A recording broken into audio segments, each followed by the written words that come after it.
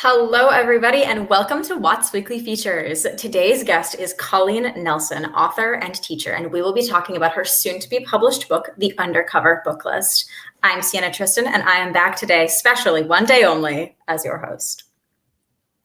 WOTS Toronto operates on land that is the territory of the Huron-Wendat and Peytoon First Nations, the Seneca and the Mississaugas of the New Credit First Nation. This territory is the subject of the Dish with One Spoon Wampum Belt Covenant, which is an agreement between the Haudenosaunee Confederacy and the Confederacy of the Anishinaabeg and Allied Nations to care for and share the resources around the Great Lakes in peace. We encourage you to educate yourself about the land that you live on, wherever it is that you're tuning in from.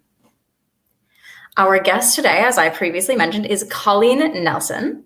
Colleen earned her Bachelor of Education from the University of Manitoba in her hometown of Winnipeg. Her previous novels include Blood Brothers, selected as the 2018 McNally Robinson Book of the Year for Young People, and Pulse Point, selected as one of the CBC's most anticipated YA books of 2018. Colleen writes daily in between appearances at hockey rinks and soccer fields in support of her two sports-loving sons. Hello, Colleen. Hello, how are you, Sienna? I'm doing great. It's such a pleasure to have you here today. Oh, thank you. I'm very excited. It's the first time I've blow-dried my hair all summer. I just put on lipstick. It's like a really glamorous kind of morning. 100%. I am so excited to talk to you about this book, The Undercover Book List. And I have to say to the audience immediately, very excited, especially because one of the characters shares my name. Yeah. So I'll ask a little bit about it later. But first, would you mind telling us about generally what the book is about and your inspiration behind the story, the plot of The Undercover Book List? Yes, I would love to. So this is actually the first time I've been able to talk about the book because it comes out on September the 14th. So I'm really excited to share it with everybody, and thank you for inviting me. So the Undercover Book List, it focuses on two characters, Jane and Tyson. And Jane is a total book nerd, which I can relate to because that's how I was and how I am today. And Tyson is kind of a misunderstood kid. He's a jokester and gets a lot of laughs from his friends. But part of that is because he's covering up his own insecurities. So when Jane's best friend, Sienna, moves away, she's distraught. I mean, as you would be when you're in grade 7 and your best friend moves away. But Sienna is sort of the best friend we all wish we had, and she leaves a clue in a book for Jane, thinking that whoever answers the clue, the letter, will be somebody that Jane could connect with. Now, of course, as the plot thickens, it is Tyson, the jokester, who's the one that finds the clue. And so the story carries on from there. So you asked about the inspiration, and you also mentioned that I'm a teacher. So I find that a lot of the inspiration for my books actually comes from being in the classroom. I like to think about what books I wish I had on the bookshelves in the class for the kids to read. And also, I'm always intrigued by the psychology that goes on behind kids. So, when a student makes a poor decision, there's often more things that are going on. And so that was sort of where this book started, was looking at Tyson and thinking, okay, is he really the kid that the teachers and his classmates think he is, or is there more to him? And so that was the very initial inspiration. And then there's one other thing in the book, and that is the Kidlit quiz, which is something that Sienna and Jane used to take part in. Now it's just Jane. And that's a real thing. And it's something that I do with my class, and it started out in Ontario.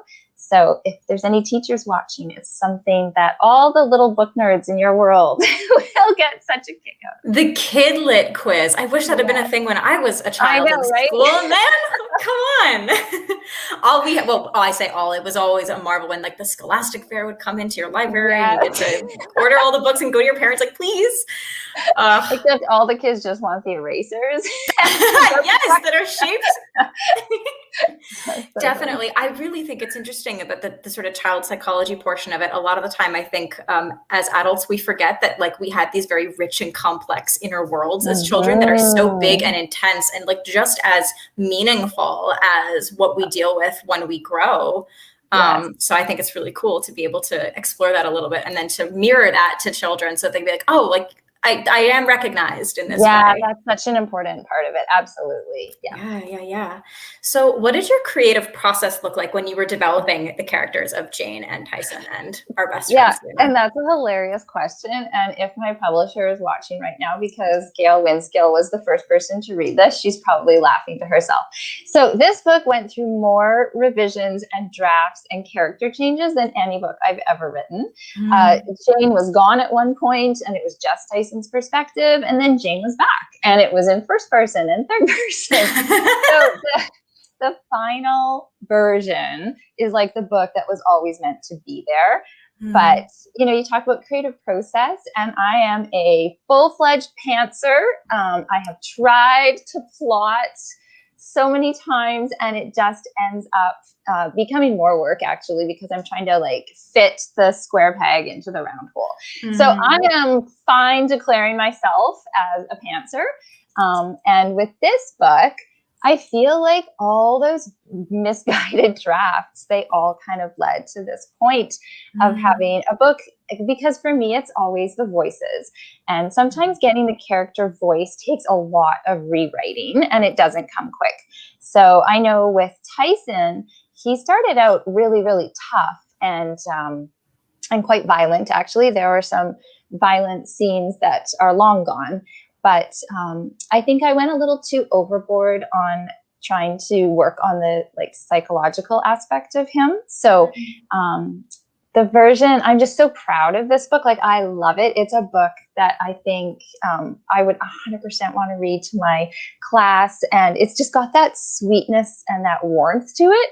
And quite frankly, after the last 18 months, I think we all need that kind of lightness and fun in what we're reading. Absolutely. If you had either Jane or Tyson in your classroom, would you enjoy them as students, do you think? Oh, I love that question. Well, they are both based on students. So absolutely. For sure, I love kids who are super engaged in books and want to stay in at recess and read, even though outdoor healthy lifestyles are important too. But 100% for Tyson, because I have two boys and see the hijinks that go on in my house. So I do have a special affinity, just because somebody thinks that they don't like to read or don't like books. I mean, I always have that teacher cliche of you just haven't found the right book, but I really, really do believe that books are such a rewarding part of life. So yeah, I would love to teach these kids. I love that. And let's dig in a little bit more to that thing about reading, because I also am possibly subscribed to the dogma, fine, that there is a book or a work of literature for everyone, right? It could be a sports book. It could be an art book. It could be a graphic novel. Love graphic novels. It could be anything that, has not been in school curriculums up until very, very recently because of just weird gatekeeping. But let's talk about reading and the motif of reading and books. And also specifically how those appear in the form of this secret book club. How does a secret book club work? So in the book, Sienna has left a note for Jane to find. And then there's an additional note, and it's the one that starts the book club. And so Jane is meant to leave the second note in the book and wait for somebody to find it. And Sienna hides it in Jane's, well, actually, I'm not going to give that part away. I'll leave that a bit of a mystery, but it's in a book that's special to Jane. So when Jane figures that out, she puts that secret note back. And then when Tyson finds the note, he decides to answer it as a joke. But you can imagine that for Jane, she's so excited when she finds out that somebody has already found the note and has written back to her. And in her favorite book too, Right, yes. And the intention is that they kind of exchange their, a book club. So they read the books that each other suggests. And Tyson only has one suggestion because it's the only book he read last year. But luckily Jane likes it. And so she starts to get this perception of her secret book club member, because she doesn't know who it is, being somebody who likes the same books as she does. There's nothing like it. Yeah, and the beautiful part is that that's who Tyson starts to see himself as well. So he starts to view himself through Jane's eyes. And And that's really that's the heart of the story for me, is that, kids can put on a front of who they think people want them to be, but it might not be their true self. Mm-hmm. And reading also, at least I remember when I was a child, was also a way of forming a self and forming an identity by exploring different heads, right? Being in different people's predicaments and going, oh, would I react that way? Or, oh, that's a character trait I really like. Maybe I want to try being like that too. So I imagine there's some of that too in their forming of identity as they read these works. Yeah, I love how you talked about that. And that's absolutely right. There's a lot of references to books where the kids start to see themselves, or they start to question and wonder about the world around them after they've read a book. And for sure, that's such, and sometimes I think it's cool when books don't need to hit you over the head with the message, but you are able to gain an understanding and think about them afterwards. And that's what we see Tyson doing in the book. Holes is one of the ones that he reads early on, and he starts to identify with how Stanley and Zero have these preconceived notions that the world's put upon them, and they start to break them. But there's lots of more modern books too, and it was so much Holes fun. Is a classic. Listen, I have a bearded dragon in the other rooms. But I had to be so cautious because I started trying to put my favorite books into the book club, but I had to think about, well, what would these kids actually pick? Because Jane is a big mystery book buff. But it was really fun because I got to give shout outs to some of my favorite authors and books. I was going to ask, that's really interesting because this fits into that like beautiful group of books that are books about books in a way, which is my favorite genre, if you can call it that. Like my favorite way of writing is like writing about love of reading. How did you make those choices? Yeah, to curate sort of the book list that pops up in this course of the story. Yeah. So I always have a read aloud going at school, and I have 2 ELA classes, so I would often do one in each class. And I obsess over what book we're going to read. And the kids, we did like a meme contest during remote learning. And so there were a bunch of memes about me, like, somebody pulling her hair out, trying to figure out the book to read as our read aloud. So the kids know how important a good read aloud is to me.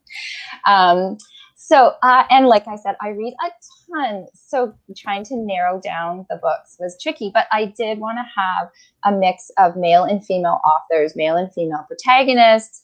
I wanted to have like as diverse a range of books as possible, and also include some of my Canadian favorites. This book will be sold in the States too. And it's always awesome to be able to give a shout out to my wonderful Canadian friends. Some of our Canlit fam. Yeah, yes. We love it. We love it in this house. Yes, you read a lot, and also you write a lot is what I've seen from looking at your website and looking at it's not a discography, but like at your bibliography, I suppose. You've written picture books, you've written all the way up through to YA literature. And then of course, as with this one, you've written middle grade. Can you tell me like what's special about writing middle grade fiction, like how that kind of age range differs from writing, say, YA or something for a younger crowd? Yeah, well, first of all, picture books are the hardest thing to write ever. So like full respect to all the picture book authors. And then I started out writing YA, and my stepkids were all teenagers. So I feel like maybe I was more immersed in that world, and that's what I really liked to read at the time. And then over the years, I've kind of not settled in a bad way, but like found my place with a middle grade voice. And right now that's feeling really comfortable. So I'm just enjoying being in that moment. I just find there's, like I talked about, that sweetness and innocence that comes with middle grade books. And for me personally, that's just what I've been reading a lot of lately. I think it has to do so much with the time and the place. I know when I very first started writing, so books like Blood Brothers and Finding Hope, they were pretty gritty YA. And I guess that was just kind of where my headspace was. But over the years, I guess I've mellowed. And, Heather Fawcett, who's another amazing Canadian writer, she writes middle grade and YA. And she said something during an interview that I thought really resonated for me. And that was that her middle grade characters are trying to find their place in their family, but YA characters are trying to find their place in the world. And right now, the world's a bit of a scary place. I'm more content with keeping my world small. And I think that means focusing on middle grade. But I do have some YA books that are like percolating that I would like to get back to. But, you know, hopefully I'll get the chance to write lots more books too, Yeah. and kind of find more places. I'm sure you will. I'm sure you will. But I think that's really interesting. Yeah, the distinction of kind of growing into, you know, a role in a family or a community of friends or any sort of, you know, chosen family or blood family, and versus trying to step into like public life as an adolescent and start to make your mark in that way. That is a very interesting distinction. Yeah. Yeah. And, you know, my sons now are 14 and 16. And I've just noticed my 16-year-old this year, he's had to think about finding a job and getting his driver's license. And, you know, his where his headspace is, it's just looking more outside versus when kids are little. I think they're more focused on what's going on just in their little space.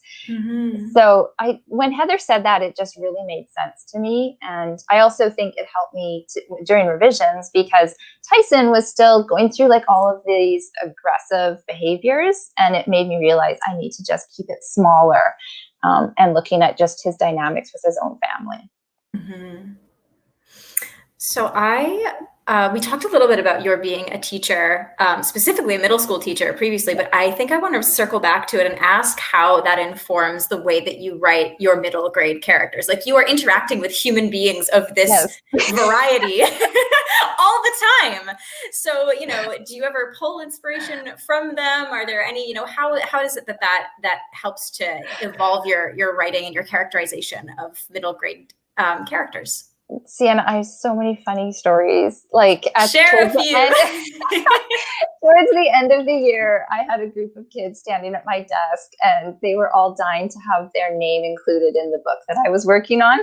And one student, Rafaela, is in the Undercover Book List because she was my student who just could not find a book that she liked. We finally got her into the Rupi Kaur poetry books, and she read all of them. But it was so funny. She would only get like 10 pages in. The irony is that she was an amazing writer. So I said, Rafa, I'm putting your name in my book, and then you have to read it. So I can't wait to give her a copy. So then all the other kids found out, and then they're all angling to see which character they could be in future books. So that was super funny. And honestly, a lot of the names do come from people that I taught or that I work with. It helps me to remember the characters because, as you said, I do write a lot, and I 100% forget characters' names as soon as the book is finished. So sometimes that can help me.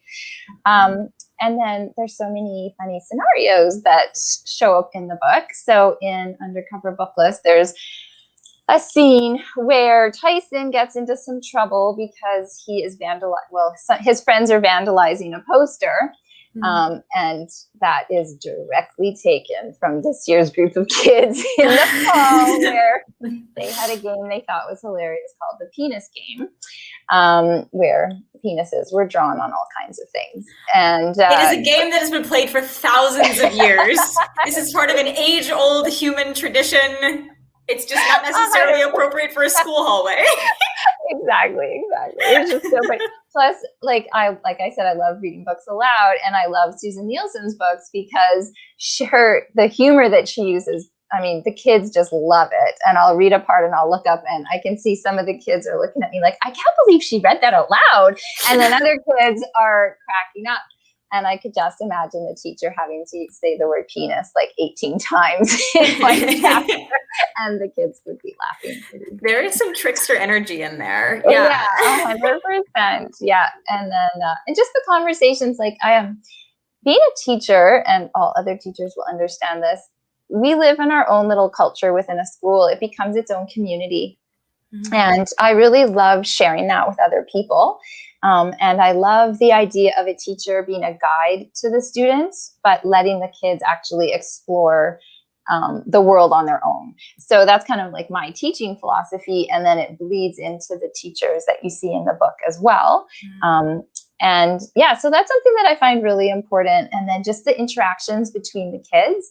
I also love writing male and female characters and promoting that sense of everybody being integrated together and it not being so much like boys do this and girls do this, and kind of breaking some of the gender stereotypes that unfortunately I still see in some of the books that I read. That show up on the shelves for sure. Yeah. And like I feel also like I already feel this like affinity with Tyson as like, oh, I want to see what's going on in your head, because often we're like, oh, boys will be boys, and they just get in trouble because reasons. And to see like the sensitivity behind that, I think is really important, especially for, children who are growing up into these gender roles, which are still like very rigid and like prescribed. And to get examples of like, no, you can be soft and you can have feelings about things and you can care in this way. I think that's really, really cool. Yeah, that I do too. So are there any, I mean, you said that there were stories that you're excited to write, some YA, some middle grade, some all over the place. What are you looking forward to writing next? I know this book literally is not even out yet, but you also said that they go right out of your head the second it's done. And I presume that's to make space for what's coming in. So what's coming down the pipeline of your mind? Okay, well, I do have, so Harvey Comes Home and Harvey Holds His Own are two books that I've also written that have come out with Pajama Press, and Harvey Holds His Own was nominated for a Governor General's Award this year, which was amazing. So I'm actually working on the third one right now and just finishing up the revision. So that should be out in the spring. But the book that I am muddling around with currently is, I don't know the name of it yet, but I really wanted to look at allyship. And so at my school, at a lot of something that I think kids have a growing curiosity about is how they can support their friends who are more gender fluid. And I just think that that's something that isn't being addressed as far as how to support them. So obviously, like, I can't write that story, a coming out story, or I'm not identifying as any way except for cisgender. So I want to really look at how can we support our friends and our classmates as they're going through some of these things. So that's something that I'm working on and trying to, again, set in a school and just exploring that. I think it's really interesting. And the thing I love about writing is that I have so much learning to do. So I've been able to reach out to the Rainbow Resource Center here in Winnipeg and talk to some friends and really find out what that experience is like and how people can support. I hope that makes sense. It truly, again, I mean, you can see my name down here. So like it does. And I again, would have been glad to get more examples of that in my school libraries and my reading when I was growing up. So I think that especially with a lot of younger people exploring this stuff earlier on these days, which is a great thing. I'm glad to see something else being potentially added to the great canon. 100%. And there is a growing number of, well, I mean, Cemetery Boys is like my favorite book that I've read this year. I just was in awe. So Aidan Thomas, I'm never going to be able to write Aidan Thomas's voice, but there's so many kids that are wondering and questioning about how to support their friends. And I don't want to see that just get pushed aside. Definitely. Yeah. So I have one final question for you. It's the question that we give all of our authors, because how could you not? What advice would you give to an author who is about to start writing their first book for kids? And I'm going to narrow that down and say middle grade, because as we said, there's a big difference. Okay. Well, first of all, it took me 5 years to get my first book published. And I think sometimes we see these big flashy debut authors that come out, and that's wonderful and exciting, except there's also lots of authors like me who have kind of slogged their way without an agent and have made it to a point where I'm very proud of what I've accomplished and that I've done it independently.